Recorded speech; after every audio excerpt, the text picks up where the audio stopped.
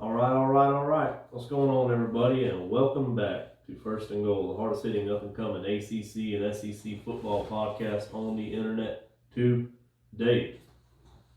It is Tuesday, March 22nd in the year 2022, and today we're going to do things a little bit different. I know the last couple of weeks we've been working on our year in reviews, but this week here we're still going to continue that a little bit somewhat with Texas A&M out in SEC West. But also we're going to have a little bit of an update on some news, breaking news around the league, give a few updates. We're going to talk a little recruiting, talk about some notable potential breakout freshmen at some of these campuses this year. Got a little list put together. We're also going to discuss some familiar faces, new places, talking about the potential impact transfers, who we think is going to make the biggest impact in the transfer portal this year. Also, we're going to have a little injury report for you, and also let you know a little bit about some spring football with Texas A&M. But all in all, I'm pretty excited.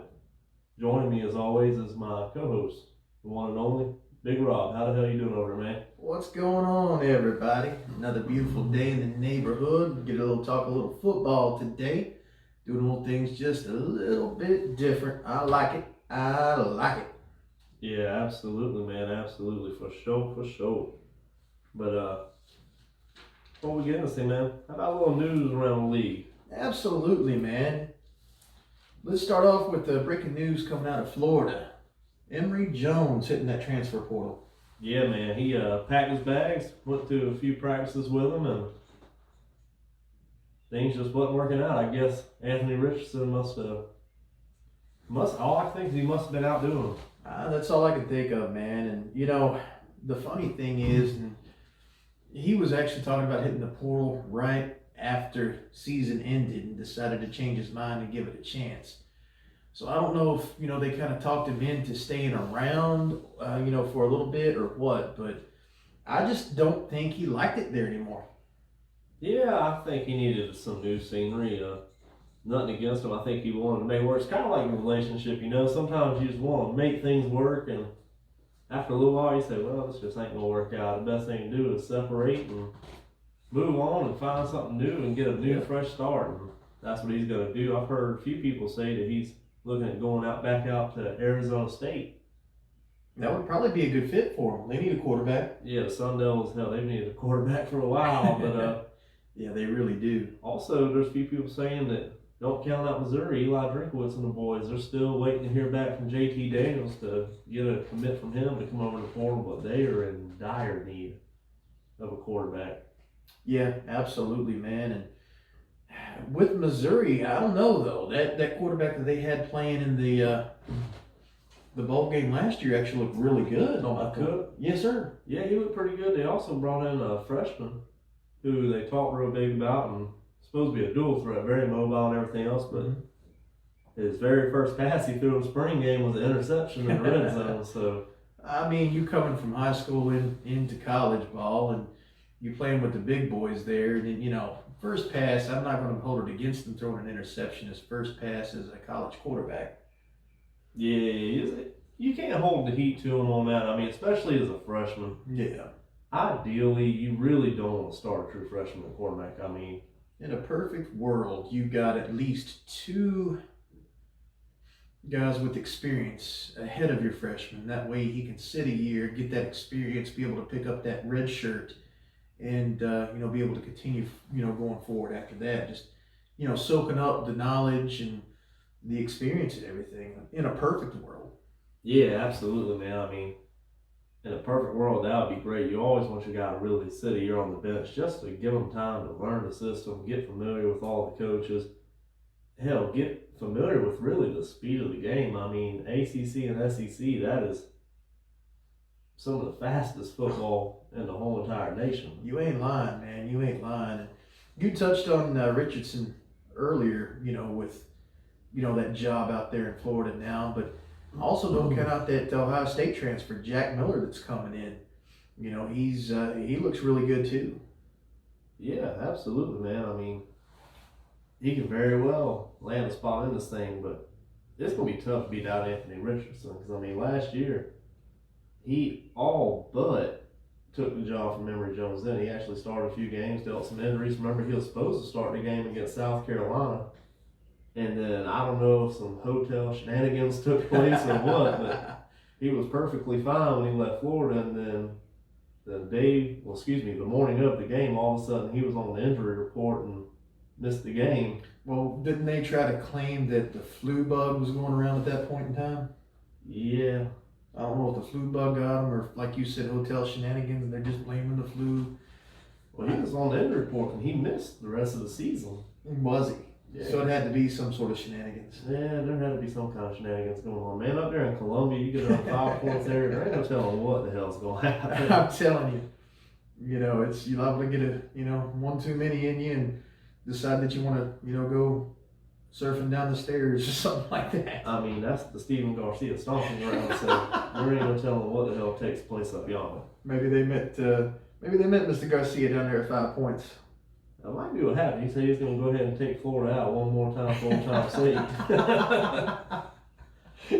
Oh, goodness it's possible. gracious. But, yeah, that's some big news. I'll tell you what, I think the biggest breaking news really for me, how about this sign Tennessee got, man? Oh, Bo. Nico Lamaleva? What? I don't know. Hold on, what the hell's going on with all the last names in the quarterback world these days? Oh, I have no idea. I mean, you had the man at Clemson last year, Uliungalele, and his backup's name was even harder to pronounce than his. Now you got Lamaleva. I really don't know, but 5-star quarterback. This is the biggest sign Tennessee's had in a long, long time. It really is, man. It really is. They were really crossing their fingers for the Manning to come in just to, shore up everything. Of course, Peyton, his uncle, was the originator down there at Tennessee and really took him to new heights. So they were hoping that the Manning would come back in and save him again, but they are really huge on this Lamaleva quarterback. He's ranked number 3 in the quarterback room. Yeah, he's number 3 quarterback in the nation. Yeah. 6'5", 195 pounds, got a hell of a frame. I mean, that's after you think of the weight he's going to put on once he gets into college, gets in the weight program and all, you can go ahead and add probably 25, 30 pounds onto that. I mean, you get him at 6'5" and get him around 230. So hell, that's Josh Allen. That's Josh Allen territory, really. Well, the 24/7 Sports actually has him compared to Marcus Mariota. If I was him, I'd rather be compared to Josh Allen. You ain't lying. But he chose the Volunteers over Alabama, Georgia, Oregon, among many others. I mean, just those 3 right there, Bama, Georgia, and Oregon. And he chose Tennessee. I wonder how many McDonald's bags he got. That's a lot of Happy Meals. That's all I'm going to say. That's all I'm going to say. Oh, wow. Tennessee, I think it said it was either around 8 million or 6 million. Something. It was in the millions. Yeah. NIL deal. I know that. So That's crazy, man. That's crazy. But that's what the game of college football has come to now, man. I mean, NIL is a very real thing, and it is a very big factor in a lot of these guys. Well, absolutely, man. I mean, now that they don't have to hide around the fact that, some of these guys are getting paid to show up. I mean, you're going to probably get bigger deals than what had happened, previously. I mean, the only team that can be really pissed off about the whole thing is Tennessee from 2 years ago. Yeah, absolutely. But what better time to get a sign like this? I mean, Hendon Hooker transferred over last year from Virginia Tech, had a hellacious year. Coming back this season for one more, but it's almost guaranteed pretty much after this year he's heading to the NFL. Yep. I mean, 6'5", 195, very, very athletic from what they say. He has a cannon for an arm. I mean, this is ideal Hendon Hooker replacement. I mean, Oh, yeah. talk about plug and play. Absolutely, man. He prefers to stay in the pocket to try to throw, but he does have the leg to be able to get out, try to buy some time or, pick up some yards if he needs to. That's exactly right. I mean, that's a big part of the game nowadays. If you don't have a quarterback that can buy you a little bit of time, he can escape the pocket and scoot out there and buy you a few more seconds while looking down the field. And if all else fails, and the play breaks down, he can escape and at least pick you up a few yards. Yeah. That's what the game's all about nowadays. It's just you look at these defensive linemen.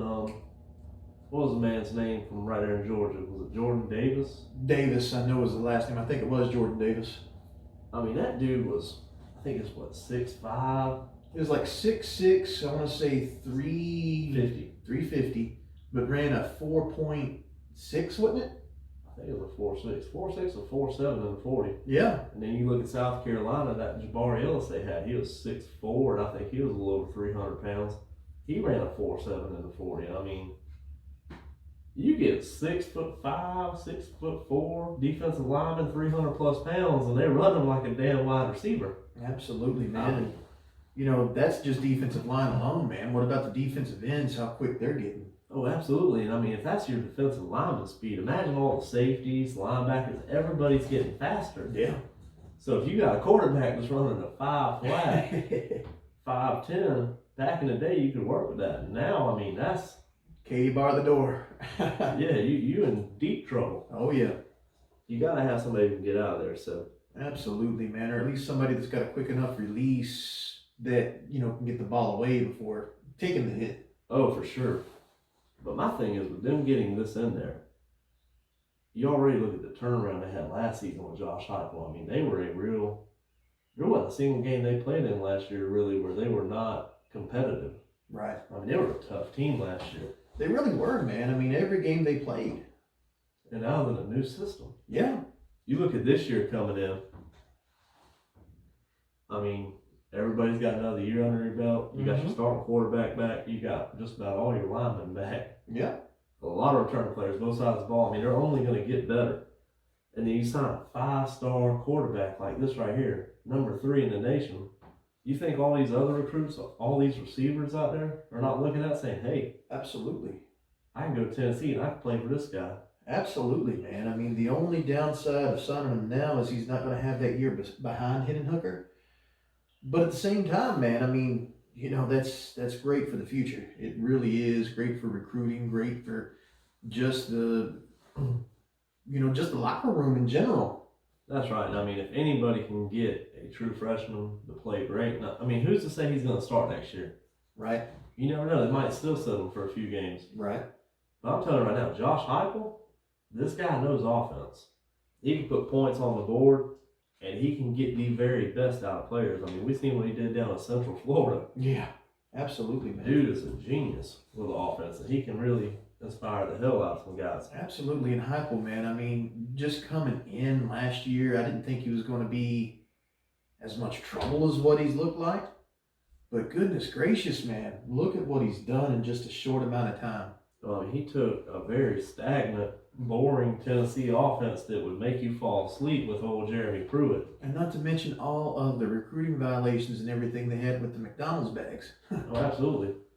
All I'm saying, man, is, I mean, you look at the offense with Jeremy Pruitt their offense was horrible. Horrible. It was terrible. It cost them, I don't know how many football games. Yeah. And he came in, I mean, he turned it into this air raid, I'm going to quote Steve Spurrier here, fun and gun type of offense. I mean, they were putting points on the board every damn game. Oh, yeah, just lighting it up. Lightening it up. And what really got me is they quoted Nico. His quote on when he signed for Tennessee is he said, the reason I signed for Tennessee is he said, is I know they can compete and they will compete.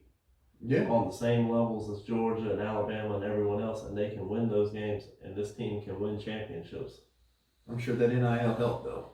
Oh, absolutely. You know, you think. Oh, McDonald's is booming. But, I'm loving it. Yes, sir. But, I mean, that's a good pickup for Tennessee. But what about this pickup for Duke? Yeah, that really surprised me. I mean, star-wise, it's nothing great. It's nothing shiny, but still, 3 stars, that's not bad for Duke. That's not bad for Duke, but he's a high 3-star caliber. Yeah, very high. I mean, I'm surprised he's not a 4 or 5 star. I mean, you look at this kid's high school stats. Oh, yeah. Name is Seth Davis. Yes, sir. 2021 stats. He ran the ball 241 times for 2,468 yards, 28 touchdowns.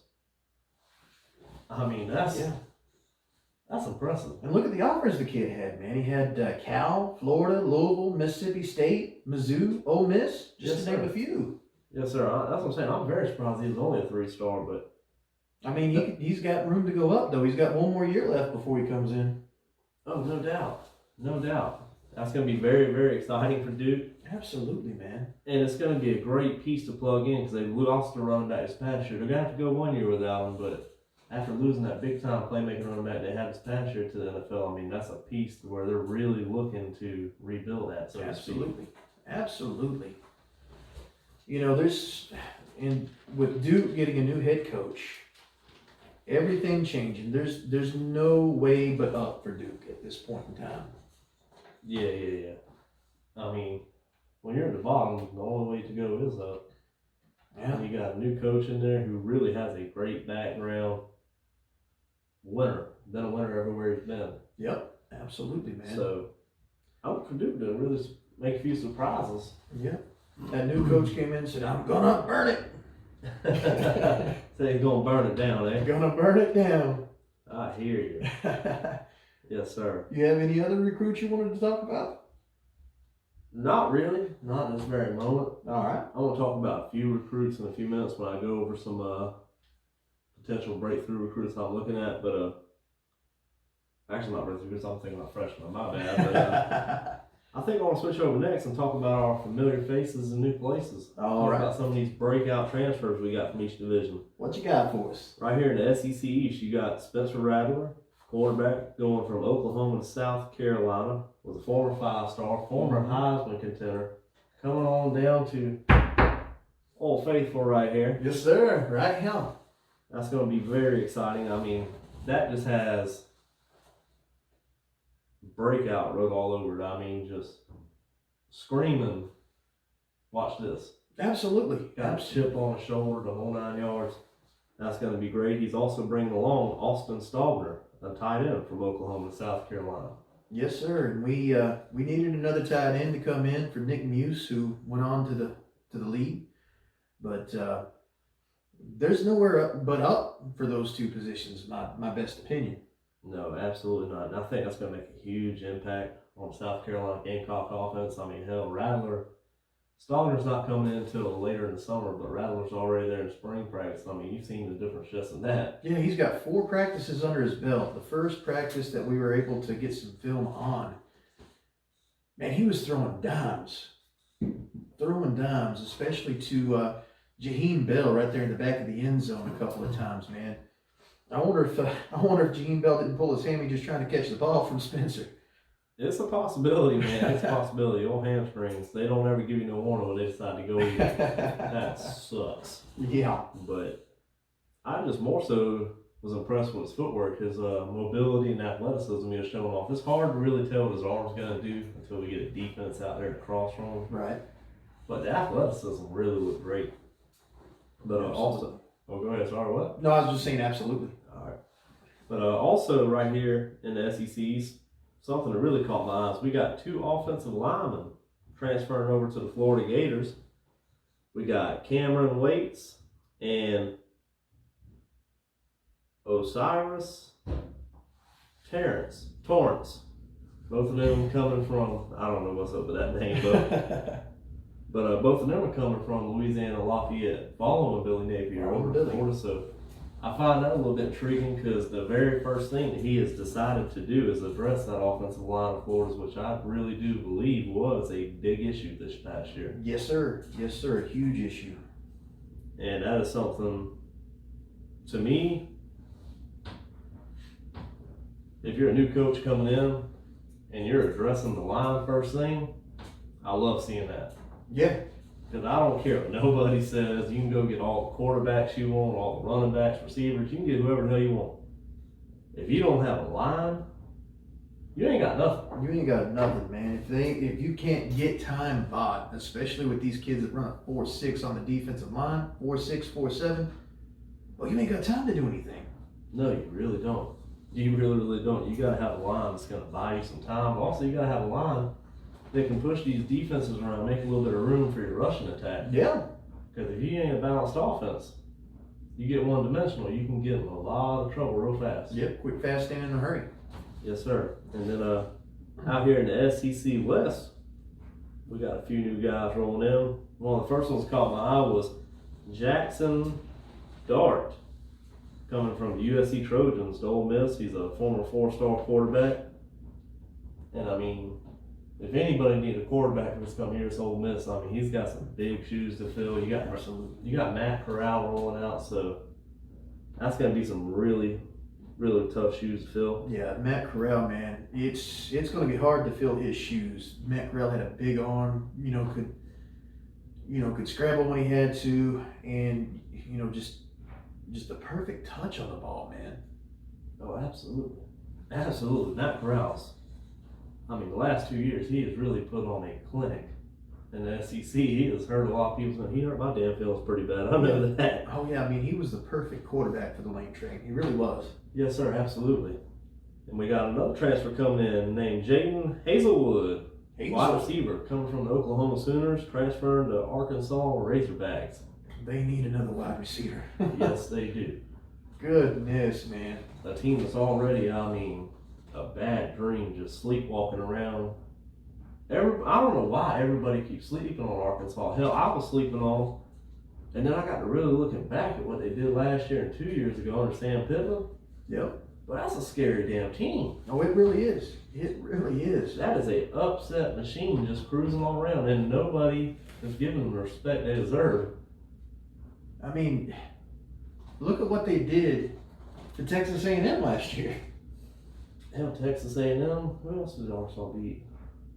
They made a few big ones. I think it was Mississippi State. They beat Texas. They did beat Texas. Oh, they did. They turned the Texas Longhorns into the Texas Ribeyes. It was like Applebee's on state night. Great Lord. It was rough. Oh, I'm telling you. I mean, they just dominated them. Oh, Arkansas is just such a scary team. And like you said, man, just an upset machine. You sleep on this team. Anybody sleeps on this team, man. They can win any given Saturday. Hell, you can study them. You can study this damn team and still they're going to put up a hell of a game. I mean, they play their asses off week in, week out. Great team, no doubt at all. One thing that I've noticed about that team, man, is very few tendencies that you really pick up on. No, it is very, very offbeat. Sam Pittman, he's done a hellacious job. He really has. I mean, that program was a joke a couple of years ago. I mean, you remember on Chad Morris, that was... I'm sure Arkansas fans probably don't want to remember. Hell, half of them probably don't remember from all the alcohol they consumed. I'm telling you, man. I know I was consuming some alcohols for a few years at Carolina under the Muschamp era. Yeah, absolutely, man. And, rightfully so. Rightfully so. Yes, sir. Yes, sir.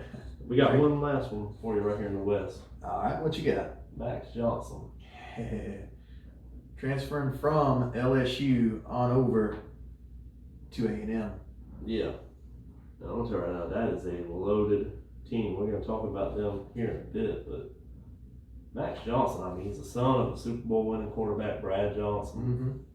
Got the pedigree, and he has got great talent. If you can just kind of rein it in, and I think at Texas A&M with the coaching staff they got there, it's really going to help him harness that talent a little bit more. I mean, that kid is just a hell of a playmaker. He really is. He really is, man. He really is. Any given time, I mean, he's got the talent to be able to sit in that pocket, be able from the pre-snap to post-snap, really be able to dissect what the defense is doing and get the right read most of the time. Yeah, he really is. And I mean, he just blew me away with his athleticism last year. I mean, some of the sacks he escaped, hell, I don't know how many times you've seen where he was in the process of getting sacked. I mean, 7, 8 inches off the ground, going down, and just flipped the ball out to his halfback real quick. Yep. I mean, he really played very well. A lot of LSU fans are critical of him, but you had a lot more problems on that team last year than just a damn quarterback. I'm here to tell you. Well, I mean, we're talking about the same LSU fans that wanted Coach O gone after winning a national championship 2 years ago. Yeah. You are correct about that. But how about we switch on over to the ACC, look at some of these transfers? What you got in the ACC, Bo? I'm interested with the ACC. Right here in our coastal division, we got 4-star Henry Parrish, running back. It was in Ole Miss they recruited. Transferred from Ole Miss to the Miami Hurricanes. Oh, man. Talk about a loaded team. Yeah, absolutely. I mean, if anybody's been missing a running back for the last, I don't know, 5-6 years now, really. I mean, Harris. If not longer. Harris tried his best, but it was never a good fit. I think a lot of that was also due to the former staff that was in place. But well, former staff, quarterback, I mean, RPOs where the quarterback decided just to keep it himself. yeah, wasn't a whole lot of touches going on. But Yeah. I think Henry Parrish, he's got a ton of potential. I mean, when you look at 4-star players, you're looking at potential NFL football players. Oh, yeah. I mean, Absolutely. only a 4-star player, you're projecting them to go somewhere between the 2nd and 4th round of the NFL draft. Mm-hmm. So, I mean, that's a big-time playmaker. Then you also got another 4-star receiver, Frank Ladson, transferring out of Clemson. And guess where he's going? Miami. Yes, sir. 2 4-stars going on down to South Beach. Terrifying. Absolutely terrifying. Yeah, if you win the ACC this year, you want to keep an eye out on the Hurricanes because it's coming to blowing. It really, really is, man, for sure. Then you also look over here at the ACC. Yeah, we're still in the ACC coast. Excuse me. Man, I'm running on a low sleep. Y'all got to bear with me a little bit. Trying to read his own handwriting. Hey, it's a struggle sometimes, man, let me tell you. But you got 4-star linebacker Noah Taylor transferring out of Virginia to North Carolina, a team who has really been needing some linebackers. Yes, sir. That's going to help. That's going to help North Carolina. It really is. That's going to help them a bunch. But there's only one thing I'm a little concerned about with North Carolina, and also in Virginia. I didn't realize until I did a little research. North Carolina has lost 13 players to the transfer portal. Ooh. And I don't quite understand. I'm not sure what the hell's going on exactly. 13, Well, if I'm not mistaken, I think they fired the defensive coordinator in North Carolina this year. It's about time. I think they got rid of him or brought somebody in, so I can almost see the defensive guys leaving, but I'm not so sure about the offensive guys. Yes, sir. And I'm gonna tell you what, Virginia's head coach leaving when he did stepping out, that did a number on them in the transfer portal. Yeah. They lost 21 players to the transfer portal. And I hate that Bronco left, man, because he was a hell of a football coach. I mean, I understand why he did and the way he did it, but, you know, at the same time, man, I mean, and it's no knock on the coach because you got to do what you got to do for family life, but, you know, with these kids that, you know, put all their faith into you and all their belief into you, it almost breaks their will whenever the coach that you signed on is not there anymore. Yeah, it really does. It kind of hurts your feelings a little bit, and feels like the guy that put all his faith in you and gave you your big chance, now he's not there. And Yeah, he's not there. And it's not like he was forcefully, you know, let out. no, he stepped down. He stepped down on his own due to personal issues. And he didn't have a bad record. I mean, his job was not in jeopardy whatsoever. None at all. Not at all. There was no hot seat, no nothing like that, man. I mean, they're coming off, you know, bowl visits. Yeah. So, I mean, that was a big surprise to a lot of people, but when he steps down on his own, that's almost, and I hate to say it like this because, again, I don't blame the coach for doing what he did, but it's almost a slap into the face to your recruits. A little bit, yeah. A little bit, because you're making all these promises and they ain't bailing us. Yep. Kind of hurts you taking them with your word. Yep. If anybody liked it, I can tell you Virginia Tech liked it because they just lost to the Cavaliers, and then they bring in a prestigious new head coach, DC from Penn State, so they got a little bit of momentum. And then Virginia's head coach resigns. Well, prestigious, and not to mention he was a previous coach under the legend himself, Yes, Frank sir. Beamer. Frank Beamer. Absolutely. So it's going to be interesting what's going on up in the state of Virginia this year for sure. Absolutely, man. I'm excited to see it. I mean, yeah, y'all watching on video, you see this Virginia Tech helmet right here? Yes, sir. Yes, sir. Hey, I'll give Virginia Tech some love. I always enjoy watching Virginia Tech. Been to Blacksburg, Virginia. Visited down there for a weekend one time.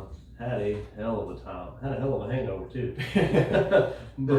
There is only one college entrance other than South Carolina in 2001 that gets me hyped, and that's Virginia Tech and Enter Sandman.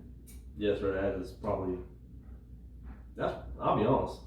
I love South Carolina to death, but Enter Sandman, I think that's probably the best entrance in all of college football. Yeah. Watching them walk from the practice field all the way to stadium, that's insane. Yeah, absolutely, man. Absolutely. Yes, sir. But let me tell you about a couple more transfers real quick. All right. Wrap this thing up. All right. I am very hyped about. Let's hear it. This is over here in the ACC Atlantic, all right? You got a 4-star running back, Tyon Evans, transferring from Tennessee to Louisville. Louisville. Ooh. Yes, sir. You're going to pair up with Malik Cunningham. Wow. That's going to be a game changer. I'm telling you, got the legs on Malik Cunningham on his own, the arm that kid possesses, and then you add this 4-star running back. Louisville's going to be dangerous this year. Oh, they really are. They were dangerous last year, man. If they can get their defense to kind of keep up a little bit, You ain't lying. they're going to be a lot of problems. You ain't lying. There are going to be a lot of problems. This really reminds me a lot of Lamar Jackson days, the way Cunningham plays. Yeah. And I ain't too sure he doesn't have a little bit better arm than Jackson had. I think he's got, well, I'm not going to say he's got a better arm, but I think he's got more talent than what he does. Yeah, natural arm talent. Natural arm talent, just seeing the field better, my personal opinion. Absolutely. He's a hell of a player, especially from 2020, man. All the turnovers he had, interceptions, Yeah. fumbles, had a bad problem. And then last year, he turned the page in a very big way. Yes, sir. He sure did. Absolutely. And my last transfer, and I think this is going to be a huge impact.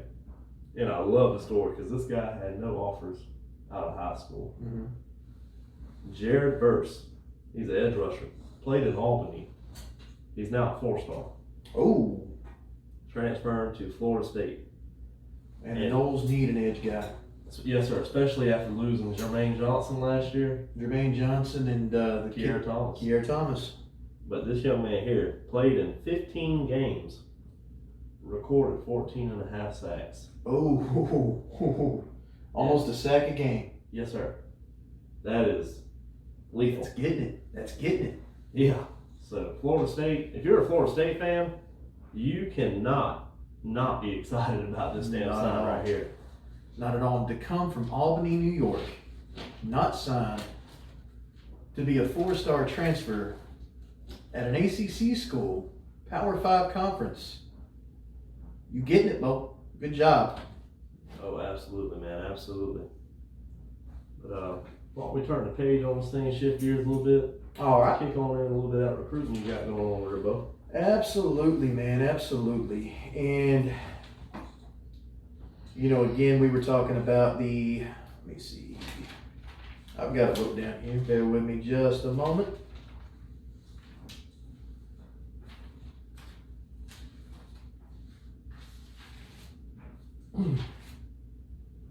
Where you at, Bo? I'm looking. Damn, Bob Saget over here. Turn the page. Yeah. If you start singing, we're going to stop this damn show right now. I ain't trying to do that, y'all. I ain't trying to do that, Boy, I can't find it. I think I've written it down on another piece of paper that I've lost. Hot damn, I hand the ball off to you and you're going to fumble it on the first play. Fumble. Well, that's fine, 'cause I got 4 players listed right here that I think it's going to be some immediate impact freshmen to keep in mind this year. All right, let's keep an eye. Let's take a look at that. I'm going to be mentioning probably 4 or 5 of them every episode from now on until the season. Yeah. Just throwing some of these freshmen out there. But my top 4 right now, number 1 on my list, Luther Burden, wide receiver, coming into Missouri. Mizzou. Yes, sir. 5-star, number 3 in the country recruit, number 1 receiver. Mm-hmm. Missouri, that's one area where they have really struggled at, man. They have not had a lot of weapons as far as downfield. They've had some good running backs, but as far as the receiving goes, they have been missing some weapons. Mm-hmm. this kid's going to be a big problem, especially if they get a quarterback that can get the ball to him. I mean, going to be a big problem. Now, Drinkwitz, whatever the hell his name is. Drinkwitz, old Eli. Whether or not he can find a way to help make this man successful, we don't know. Yeah. As you can tell, we ain't too keen on old Drinkwitz. No, I used to not have a problem with him, man, but I'm telling you what, after the bowl game this past year, the attitude he had, get that crap out of here. Now, number 2, immediate impact freshman, Cade Klubnik. Yes, sir. Cade Klubnik, Clemson. Yes, sir. Clemson, number 6 overall recruit in the nation, number 1 quarterback. Number 1 in our hearts. Not really. Yeah, I'm not a Clemson fan. No. But he's a hell of a player, y'all. He really is. And Clemson really was a quarterback away from winning a lot of football games last year. They were probably a quarterback away from actually going back into the postseason. Yeah, absolutely. Well, I don't know, because the O-line, they had a little bit of a struggle with the offensive line last year. And that secondary and defense. Yeah, secondary was questionable. Yes, there's still left some very big holes and hurt them at times. But they're saying DJ Youngway is still the projected starter, but how long is that going to last, you reckon? So you're going to have a new offensive coordinator this season. I'd say he's going to have a little bit of a change just to see what happens, especially with this postseason and whatnot. But I'd say if they lose at least 1 game, maybe 2, I'd say they pull the plug. I'd have to say so. I mean, you could tell he was getting on a short leash last year. Dabo was really bending over backwards for him. Yeah. And to give him some credit now, he really did get it together pretty well towards the end of the season. He played very well in the Carolina game, played very well in the bowl game. Mm-hmm. But there was a lot of games, man, where he left a lot to be desired on the field. Yeah. Well, Youngway, or however you pronounce his name, I think if he had 1 more season to be able to sit behind Sunshine, I think he would have been all right. I think they just put too much on him too early. I think he'll be okay this season, though. Well, it'll be interesting to see. Yeah. But this is going to be a quarterback competition to keep an eye on. Yes, sir. Yes, sir. So that brings us to number 3. Mm-hmm. You can't have a list without linemen. Oh, no. My favorite position. We got big Zach Rice, offensive lineman, coming into North Carolina, number 13 recruit in the nation, number 1 offensive lineman. Man, he's going in beast mode. Oh, absolutely, dude. And North Carolina definitely needed a little help on the O-line last year. I'm very excited to see him come in. Mac Brown, but he really did very well. I think they had a top 10 recruiting class this year, so. Yeah, Mac Brown, I mean, he turned it way around as far as recruiting goes. But, that offensive lineman's exciting, especially for that North Carolina team that had some troubles. Yeah, absolutely, man. See, they might be in a rebuilding stage maybe for a season.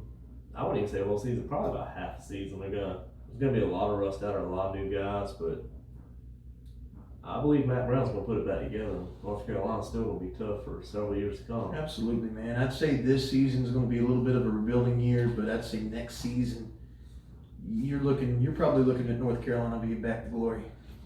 Yeah, no doubt at all there. But good news, I recovered my fumble. Oh yeah, you found it? I found it. I've got actually 2 that I wanted to talk about and highlight. I got one more damn freshman to talk about here. I thought you was done. I'm sorry. No, you ain't gonna cut me off. I said I have 4. We named 3. I'm sorry, I can't count them from Martin County, Kentucky. Leave me alone. Listen. We're Dale Earnhardt. We got to roll over Kevin Hart here, all right? All right. I mean, that's simple enough. You talk race car to me. Well, slow it down here now. Slow it down. Come on, Skip. Oh, man. All right, my last impact freshman, number 4, Shamar James, linebacker coming into the University of Florida, number 66 recruit in the nation, number 5 linebacker in the nation. And they needed some linebacking help. Very badly. Very badly, man. They couldn't hardly stop the run to save their lives. And I mean, especially when you're over the middle throws to tight ends and whatnot, they really needed that linebacker help. Absolutely, they need help with that and just containing the run game, man. I mean, they struggled terribly last year with stopping the run. And their defensive line was pretty good. But that linebacking core, if they got past the line, they go on another 10 yards for somebody stops them. It was rough. And once again, could very well have been a scheme issue, could have been a coaching issue, could have been just a culture issue. Players have a bad attitude and just don't care, you know. I hate to say don't care. I mean, don't get me wrong, there ain't a football player on this planet who doesn't care if he wins or loses. They all want to win. But what he's trying to say is they don't care enough about the coaching staff to really give a crap about what, if it is a win or loss, as far as what it means to the team. You get in a bad situation, a bad culture, and you get down on yourself. And you start playing a lot worse because you're doubting yourself and you don't believe in yourself. You get someone who believes in themselves compared to someone full of doubt. It's a huge difference. Or you get a kid that believes in himself but doesn't believe in his teammates and is trying to do it all on his own. You get a lot of that stuff, man. Yeah. All those things can cause issues, but I think it's going to be very exciting for them. Now you can talk about your recruiting. Now you can talk about it. All right. So recruiting notes. We've got an athlete coming to Louisville. Has already committed. Jaleel McClain, 5'10", 180 pounds. Played both wide receiver and cornerback in high school. He's number 305 in the nation. Looking like, he could be the next big thing out there at Louisville, for the cornerback. They think he's going to be playing corner out there at Louisville. Yeah, I would think so. 5'10", 185 pounds. That's a good, solid frame for a corner. Maybe even a strong safety, so to speak. Good frame. Definitely would be a thumper, I'd say. Deliver some very good hits. Also be a very good frame for a special teams player. Yeah, absolutely, man. I see them being very good on a punt team or a kick return team. Absolutely, man. Surprise, surprise, surprise. It took us this long to talk about some Alabama recruits. I got Jaleel Hurley, Alabama, 5-star, top 4 corner in the nation. Plays both football and basketball. He's 6'2", 170 pounds. Yeah, that's just what the hell Alabama needed, more 5-stars. I'm telling you, man. But I mean, you win as much as they do down there. It's gonna happen. Everybody wants to play for a winner. Yes, sir. Absolutely. Wholeheartedly agree with you there, my brother. Yes, sir. Yes, sir. What else you got? That's all I got on the recruiting aspect of it. We've already talked about the 2 big signees in the news that gone pretty viral. That's right. That's right. Well, why don't we roll on into Texas A&M? I'm gonna let you take the lead on this one. All right. So as far as Texas A&M goes, I'm going to start out with some camp notes. Of course, we all know that last year's quarterback has hit the transfer portal, and we've got a quarterback battle brewing down there at College Station. Battle between Haynes King, Mac Johnson, and the 5-star quarterback that's coming in, Connor Weidman. Damn. I mean, are they loaded or what? They are loaded, man. I mean, Haynes King, started a couple of games last year. Not sure if he got injured or, if he just had some bad games, man. But, he played in at least 2 games and, had some mixed play. He had some yardage, but he also threw some interceptions as well. Young, a lot of youth. Yes, sir. I mean, his stats from last year, he completed 22 of 35 passes for 300 yards, 2 touchdowns, but threw 3 interceptions. That's why he went down to injury. Yes, sir. Yeah, I remember. He was the starter to begin the year off. He definitely showed a lot of potential. I mean, hell, just when he was shaking the rust off, he got hurt. Yes, sir. So it's hard to know what he would have done. Me personally, I really feel strong that Max Johnson is going to be a projected starter in there unless the wheels completely fall off. Unless he gets hurt or something happens that's unforeseen, I'm with you there. he's, of course, transferred from LSU. He has the most experience in that quarterback room. And in his very last game at LSU, guess who he beat? A&M. Yes, sir. And I mean, you think about the competition Max Johnson played on a regular basis. I mean, he had to play against Bama. He had to play against A&M. Played against Arkansas, Ole Miss. I mean, he's played against some really, really tough competition this past year. Oh, absolutely, man, absolutely. And just his stats alone for last year, he went 373 attempts, 225 completions, threw for 2,815 yards with 27 touchdowns and only 6 picks. Ain't nothing wrong with that at all. Anytime you can keep those interceptions in single digits, you're doing all right. Absolutely, man. And throwing for almost 3,000 yards, especially at LSU that had so much trouble as what they had last year.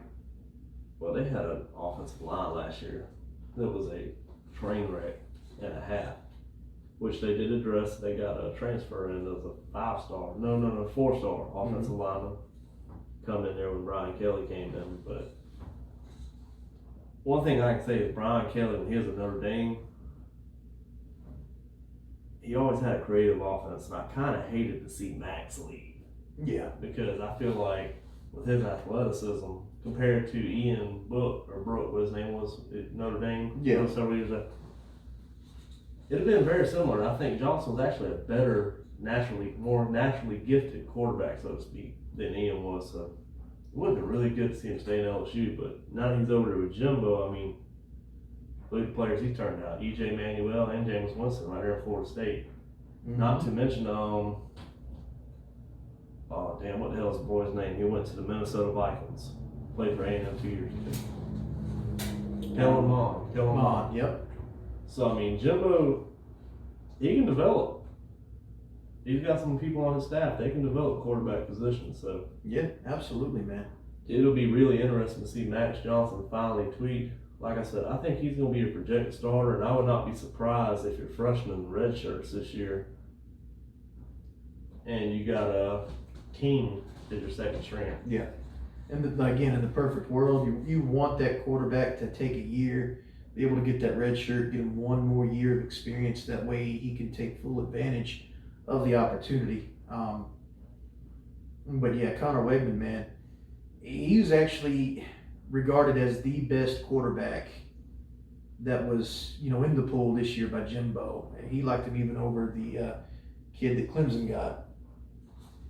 Well, anybody that's ever heard Jimbo talk knows he thinks anything he has is better than anybody else. But at the same time, hell, as a football coach, I like that. Yeah.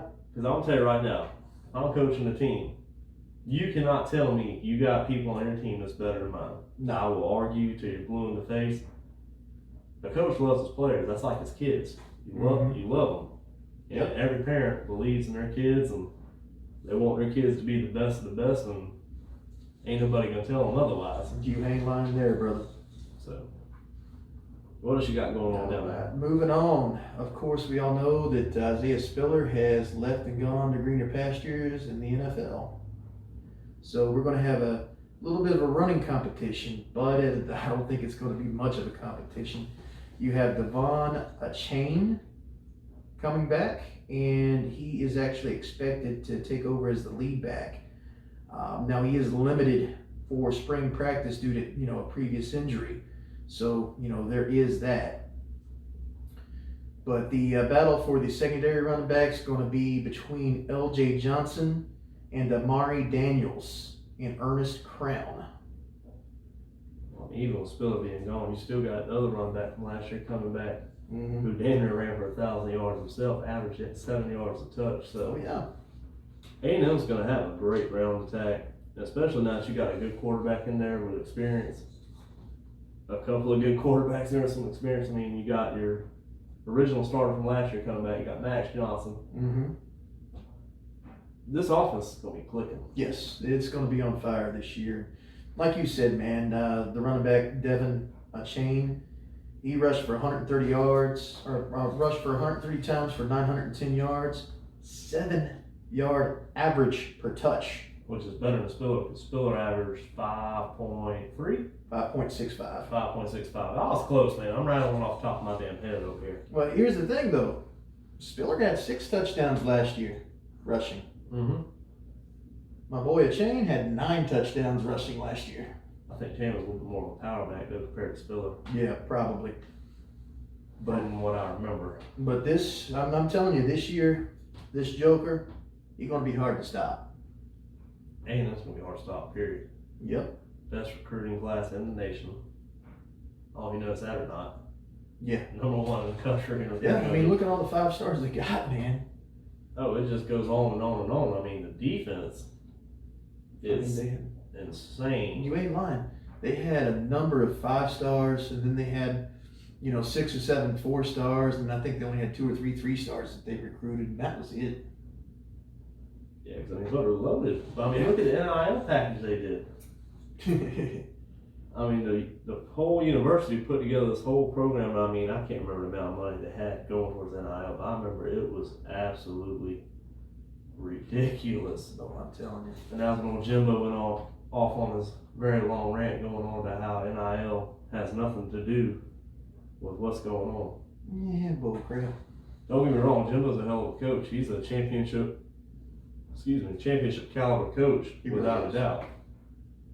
But you telling me, as soon as this NIL comes into factor, all of a sudden you're landing all these huge recruits. They always have pretty good recruits, but they turned it up one hell of a notch here recently. But when you can beat Alabama in recruiting,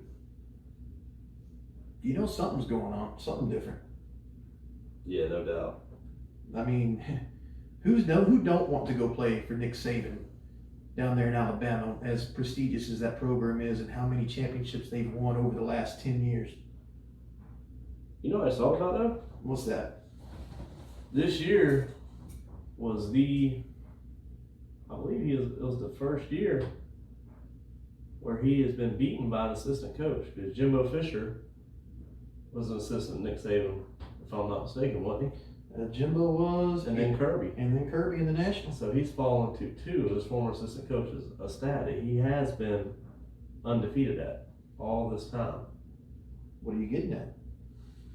Maybe some of these recruits are starting to look at Nick Saban, look at the age.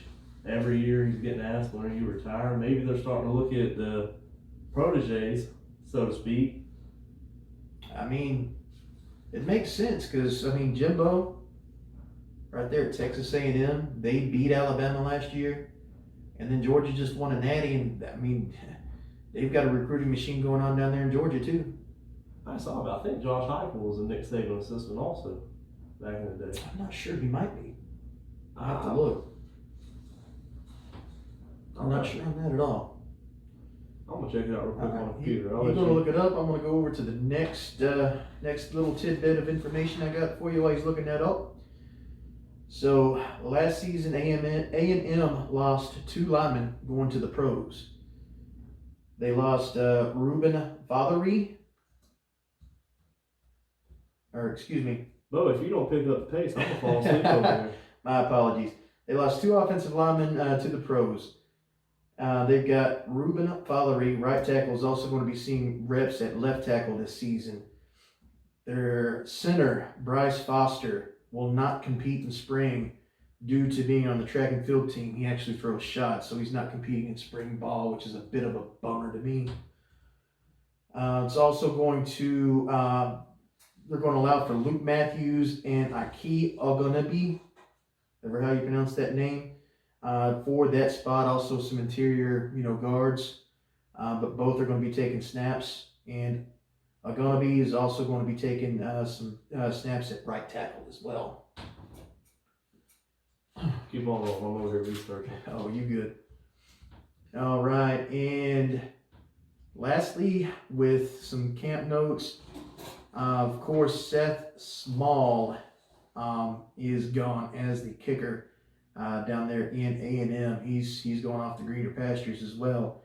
But they are going to be looking at Caden Davis to take over that position, is likely to take over. And he's just about got that information pulled up. So I'm just going over some of the injuries that have gone on with Texas A&M, just to let you know where they stand. It's getting a little bit lengthy. Again, Bryce Foster's out due to being on the track and field team. Devon Achane is going to be limited. Gabriel Brownlow Dindy out due to injury. Marquise Groves Killebrew also out for the 22 season due to injury. Knee injury, actually. All right, Josh Heupel never coached at Bama. He is an Oklahoma assistant because he was a quarterback at Oklahoma in 2000 when they won the Natty. Okay. So he's actually off of the Stoops tree. That is correct. Gotcha. All right, wide receiver. These next few I'm going to go over. I'm just going to go over real quick. They don't really have an update on exactly what the injury is. Yeah, let her rip potato chip. All right, we got Caleb Chapman, Hezekiah Jones. Who the hell's that? Wide receivers. Okay. Tight end Eli Stowers. Right. Defensive tackle McKinley Jackson. Defensive tackle Adarius Jones. Safety Jalen Jones. That's your injury report? Yeah. Ooh. Looks like a nickelback Devin Harmon and center Brian George. All out due to injury. That's at A&M? That's at A&M alone. Damn. Yeah. You gotta have a good recruiting class just to fill that damn depth chart up. Gracious day. Yeah, now this, all but one is just, expected to be out for spring. And of course, the running back's going to be limited, but everybody else is out per se. That's right, but hell, injuries are pretty common really in spring football because you think about it, I mean, season's over, and once season's over, a lot of these kids are all hanging out, kind of resting, taking it easy. I mean, you still got your weightlifting, still got all that stuff to do, but you're resting your body a lot more than you were during the regular season. It gets kind of out of rhythm, out of time. Yep. So then when you come back into spring practice, you start going wide open. I mean, the hamstrings start pulling. Yeah. Start hurting your shoulders a little bit. I mean, all kinds of things. Yeah, man. When you get out of time, just like a car, everything starts to just get a little bit slower. Shaky. And things start happening, and, you got to do a little bit of upkeep. That and spring football is also at the same time as spring break. Yeah. So there ain't no telling how many injuries happen during that. Yeah, get a little bit dehydrated on the adult beverages. By the way, did you see the clip down there in Miami of spring break? I didn't see the clip, but I was on the way here listening to the radio. They were talking about what was going on down there. About Coach O? Oh, no, not about Coach O. There's a video going around on the internet, and I wish I could have seen the before the video or the after the video, but these couple college young guys sitting there, Coach O's hanging out with his shirt off. I don't think he's worn one ever since they won the Natty. But he is giving these kids the best stare, and they look terrified. And you can tell Coach O's pissed. I don't know what they did. I don't know what happened after. But damn, I wish I knew. Oh, what we all doing now? Damn. I mean, of all people though, in South Beach, Miami, spring break, and you got Coach O rolling around, how hilarious would it be if you read about Coach O beating the hell out of a couple Miami Hurricanes? Oh man. And then he goes on to Florida State the next season just to kick the hell out of them again. Hey, that would be funny. But you never know. No, he might pull it out. He might just. I'm telling you, between the recruiting and the transfers, I mean, I'll give the man credit. He is fighting his ass off. Yeah, he really is. I mean, he's so close. But the key to a good coach is getting over the line. Over that line. We'll see. He tricked me last year, but I don't know. So far this year, I'm not going to go 100% committed yet. I got to wait till I see a little bit of spring film, feel the summer out a little bit. But right now, I don't know. I got a little feeling Seminoles might be a little better. I hope so. I really hope so. I mean, I would love to, for the war cry to bring out the same fear as what it used to in people. Yeah, absolutely. But what the hell you working on over there, man? All right, so just going over a little bit of information here from the 2021 year. It's time for the year in review. Fire away. All right, so offensive year in review last year. Yards per game, Train wreck. 381.5. Ranks 69th in the nation. That wasn't pretty. Rushing, 183 yards even. Ranks 45th in the nation. Right there in the middle. Yes, pal. Well, I ain't in the middle. You in the better half. You got to think you're counting out 132 college teams. Yeah. So, Upper tier. Yeah. But the stat that really kills this offense, passing yards, 198.5, 86th in the nation. But you got to wonder, what could it have been if Davis didn't get injured? True. Might have been better. Makes you wonder about Davis. Points per game, 29.3, ranks 57th in the nation. It's interesting. Yes, sir. You want to go over defensive stats? It's going to be a hell of a lot better. I already know. Defensively, yards per game, 307.3, ranked 13th in the nation. Hell yeah, absolutely. That sounds great, man. Rushing yards, they gave up 134.8, 35th. Once again, you're in the top tier. Well, the better tier. That's not top, but that's better. Better tier, yeah. 172.5 passing yards given up, 14th in the nation. But they only allowed 15.9 points per game, which ranks 3rd in the nation. Well, Texas A&M had a hell of a defense last year. I'm telling you, I really thought last year they was going to maybe make a run out. I was a little uncertain because of the departure of Kellen Mond, but losing a quarterback right in the very beginning of the year, I mean, that's tough to overcome, which LSU had a similar thing with Miles Brennan. He didn't even make it to the season. So it makes you wonder in that situation also. But well, for me, here's the thing, though. Season before last, they were snubbed, best way to put it, for the playoffs. They really were. Yeah, they were. So I thought that they would come in with a chip on their shoulder and fight their way through. And with an 8-4 season, they did just that. But the 4 games that they lost were in their division. So that kind of just, kind of messed everything up for them for another playoff berth. But 8-4, I mean, that's a hell of a record. Somewhat. For a lot of schools, yeah. Well, for Texas A&M under Jimbo, nah. No, you're right. I mean, let's just look at the teams they lost to. They lost to Arkansas, Mississippi State, Bama. Oh, no, they beat Bama. They beat Bama. They lost to Ole Miss and LSU. That's right. And the Mississippi State game, if I'm not mistaken, that was a hellacious game. In Mississippi State, they lost 26-22, close game. But the one that really struck me is the loss to Ole Miss in the Lane Train. How bad was that one? 29-14, it looks like. Still wasn't terrible. I mean, you got to think, though, they had probably the best quarterback in college football. Mm-hmm. One of the best receiving corps in all of college football. Mm-hmm. Had a great running back. Only thing Lane Kiffin struggled with this year really was his defense. And his defense vastly improved. I mean, hell, they went to a BCS Bowl this year. Yeah, I mean, they improved over time, throughout the season. Yeah, the Lane Train, I mean, Ole Miss was good this year. They didn't lose, what, 2 games? 3 games? I'm not sure. I have to go back and look at it. They had a really good year, I know that. They were damn good. Yeah. As far as the penalties go with A&M this season, they had 77 penalties for a loss of 661 yards. They fumbled 9 times, lost 3, and had 13 interceptions. Quarterback was sacked 19 times for a loss of 121 yards.